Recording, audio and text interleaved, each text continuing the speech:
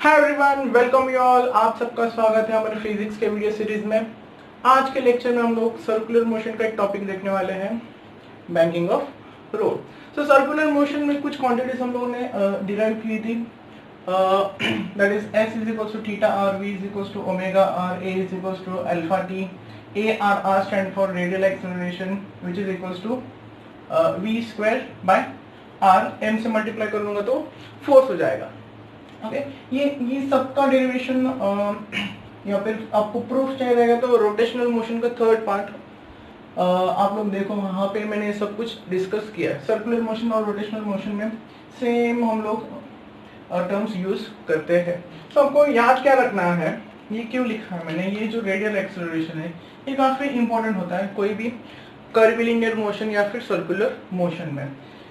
This is the acceleration which is responsible for curve path. Okay, so अगर मैं m से multiply करूंगा, that is mass into acceleration, हमारा force होता है तो उसको हम लोग बोलते हैं centripetal force which is equals to mv square by r, that is mass into acceleration.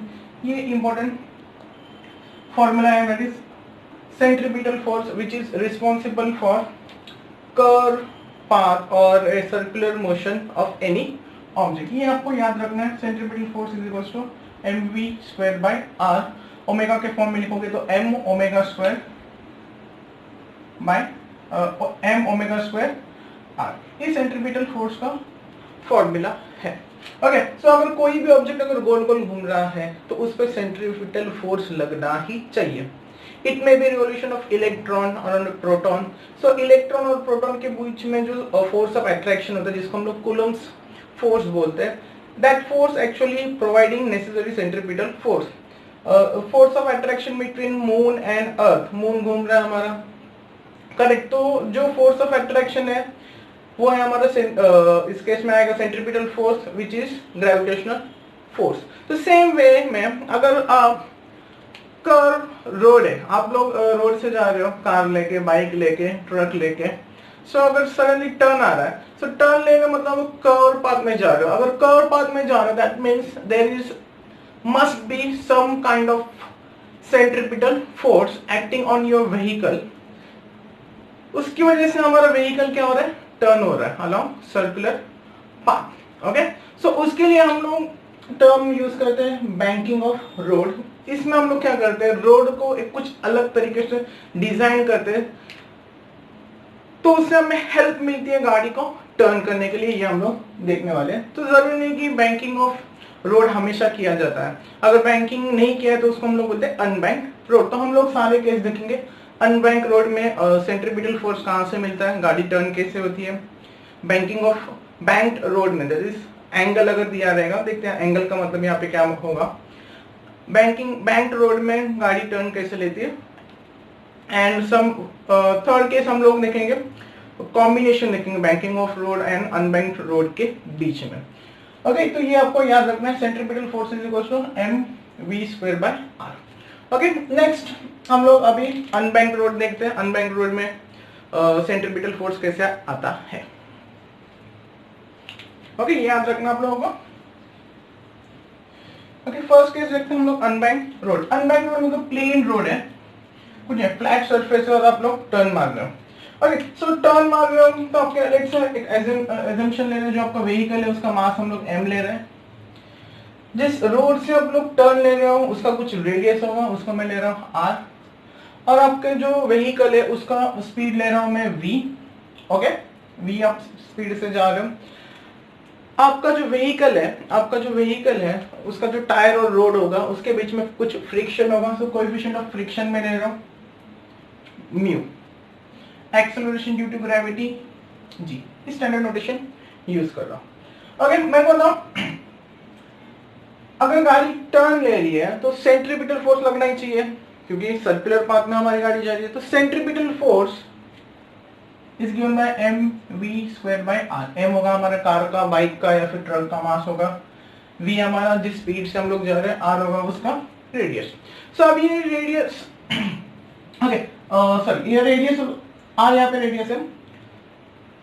सो अभी टर्न ले रही है तो सेंट्रीपिटल फोर्स कोई तो प्रोवाइड करेगा, तो इस केस में सेंट्रीपिटल फोर्स प्रोवाइड करता है friction between tyre and road. Okay, so frictional force F, ये कौन सा हमारा F सेंट्रीपिटल। फ्रिक्शनल फोर्स क्या होता है, normal reaction into coefficient of friction, ये होता है हमारा frictional force, correct. So mv square divided by r must be equal to n times mu, क्योंकि फ्रिक्शनल फोर्स से हमको हमारा सेंट्रीपिटल फोर्स प्रोवाइड कर रहा है। So we can say mv square divided by r must be equal to n mu.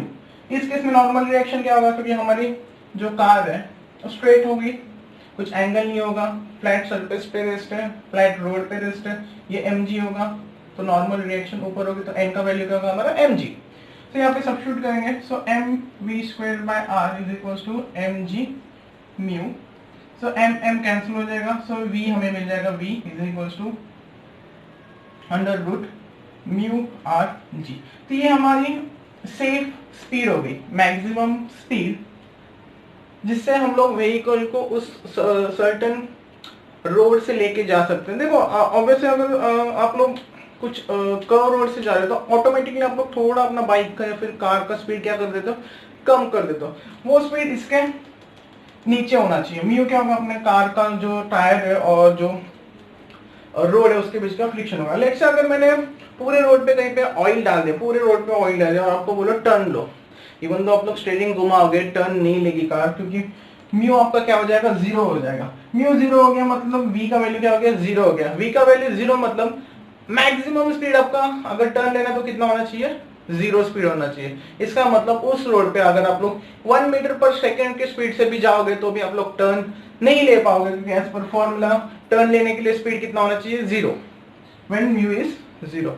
I hope आपको समझ में आ रहा है। सो अगर टर्न आपको हाईएस्ट स्पीड पे लेना, मतलब टर्निंग पे आपको स्पीड ज्यादा रखना, तो आपको क्या करना पड़ेगा, coefficient of friction between tyre and road बनाना पड़ेगा, या फिर जो रेडियस है रोड का उसको क्या करना पड़ेगा, बढ़ाना पड़ेगा। ऑब्वियसली जी तो बढ़ेगा नहीं, एक्सेलरेशन ड्यू टू ग्रेविटी और पे सेम होगी। तो ये हो गया हमारा safe speed for an vehicle to turn around and radius of road of radius r, mu यहाँ पे coefficient of friction.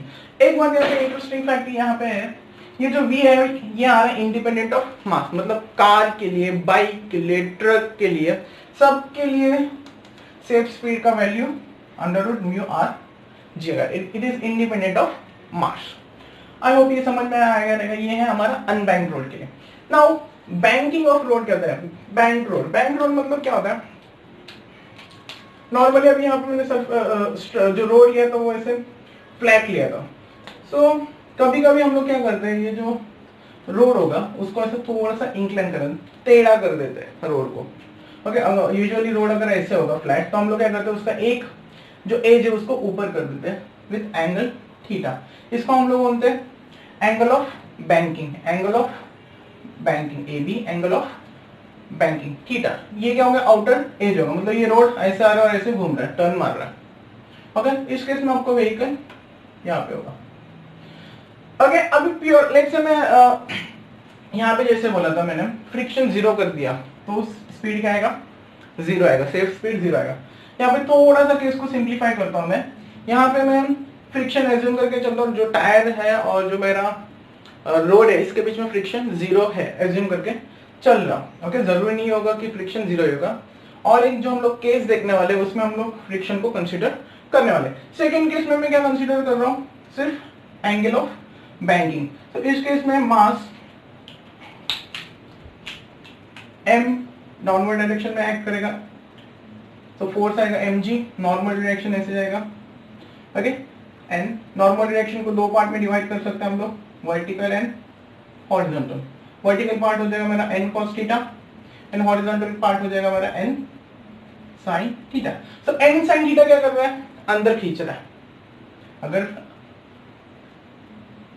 Let's say ये जो रोड जा रहा है इसका सेंटर जो रोड होगा वो सर्कुलर पाथ में होगा, उसका जो सेंटर है यहाँ पे होगा। सो n sin थीटा क्या कर रहा है, अंदर की तरफ खींच रहा है, मतलब radially inward towards the centre ये n sin थीटा जा रहा है। दैट मींस ये जो क्वांटिटी होगा, ये क्वांटिटी क्या कर रहा है, नेसेसरी सेंट्रीपिटल फोर्स प्रोवाइड कर रहा है। So we can say in this case necessary centripetal force is equals to n sine theta, और ये जो दूसरा कंपोनेंट है that is m g which is get balance by n cos theta. So n cos theta किसको balance कर रहे हैं, M G को। सेंट्रीपिटल फोर्स प्रोवाइड कौन कर रहा है, एन साइन थीटा, तो इसकी जगह पे मैं लिख सकता हूं m v square by r. दोनों इक्वेशन को मैं क्या कर रहा हूं, डिवाइड कर रहा हूं, एम एम कैंसिल हो जाएगा, ये एन और ये एन कैंसिल हो जाएगा, sine theta divide by cos theta tan theta, so यह आ जाएगा tan थीटा यहाँ पे, और यहाँ पे बचेगा मेरा v square by r g.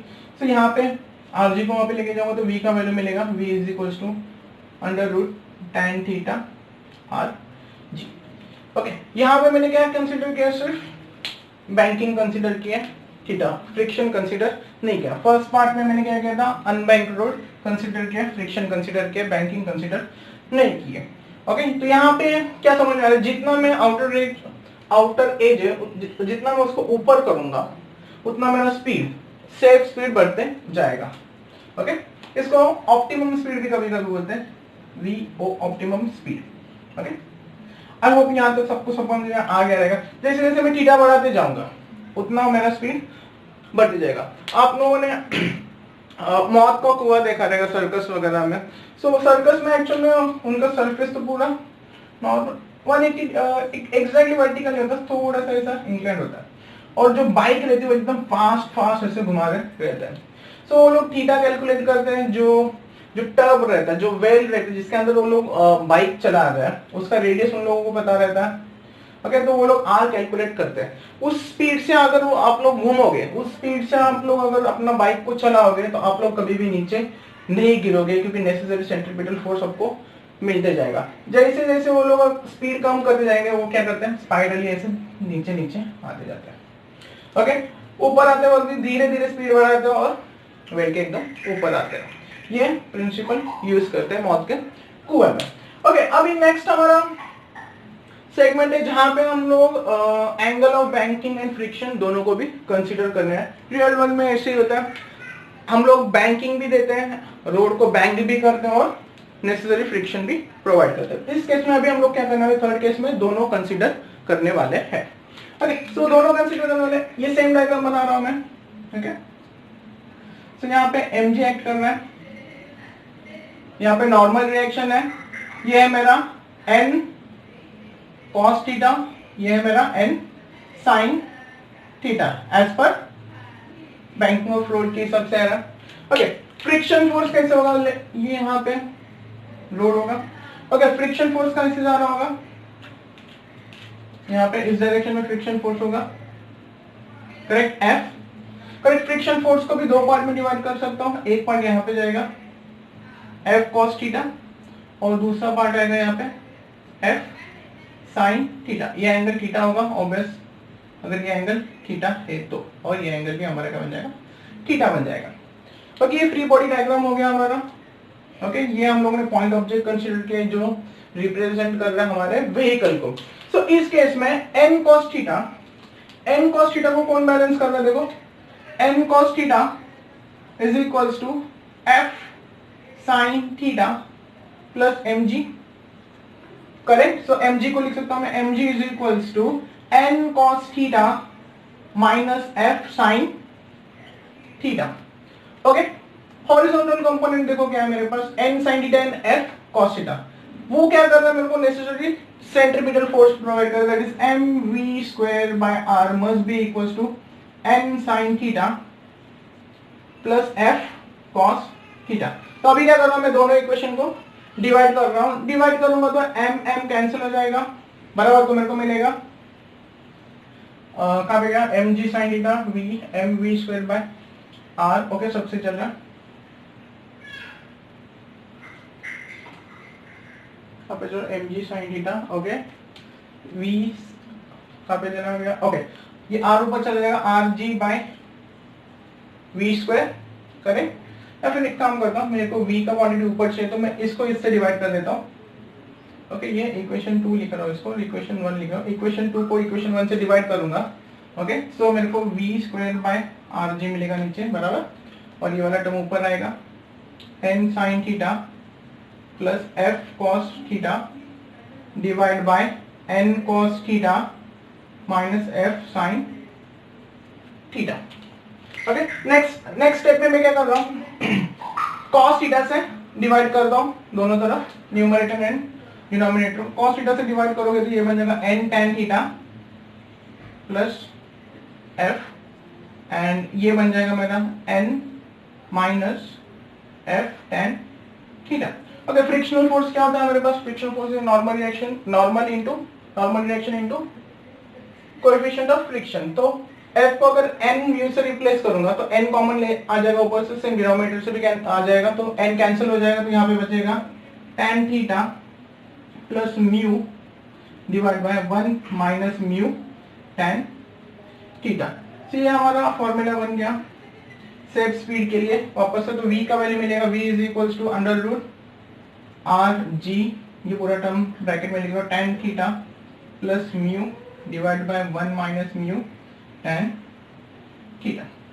ये आएगा दोनों केस में। अब अगर ये दोनों फॉर्मूला करेक्ट है तो यहाँ से ये मिलना चाहिए। लेट्स अज्यूम करते हैं फ्रिक्शन नहीं है, सिर्फ मैंने बैंकिंग किया, म्यू का वैल्यू यहाँ पे 0 सब्स्टिट्यूट करो तो ये 0 हो जाएगा, और ये पूरा क्या हो जाएगा 1 माइनस 0, तो ये बचेगा सिर्फ tan थीटा, तो यहाँ पे क्या हो जाएगा आर जी tan थीटा, ये वाला दैट इज बैंकिंग के लिए। लेट्स से रोड बैंक नहीं है, सिर्फ फ्रिक्शन है, तो थीटा का वैल्यू 0 सब्स्टिट्यूट करो, ये 0 हो जाएगा, नीचे वाला टर्म 0 हो जाएगा, सिर्फ म्यू बचेगा, तो आर जी म्यू। तो ये वाला फॉर्मूला मिलेगा। तो ये जो डिराइव किया ये हमारा करेक्ट फॉर्मूला है। यहाँ पे हम लोगों ने क्या किया, बैंकिंग भी कंसीडर किया और फ्रिक्शन फोर्स को भी कंसीडर किया। ओके, इसको याद रखने के लिए आप लोग tan x plus y formula भी यूज कर सकते हो। For example tan x plus tan y divide by 1 minus tan x tan y। समझ में आ रहा है आपको, ये हमारा tan y की तरह काम करेगा म्यू को। आई होप आपको ये समझ में आ गया रहेगा बैंकिंग ऑफ रोड। तो ये हमारा हो जाएगा safe speed along any curved path with coefficient of friction between tire and road is mu and angle of banking is theta.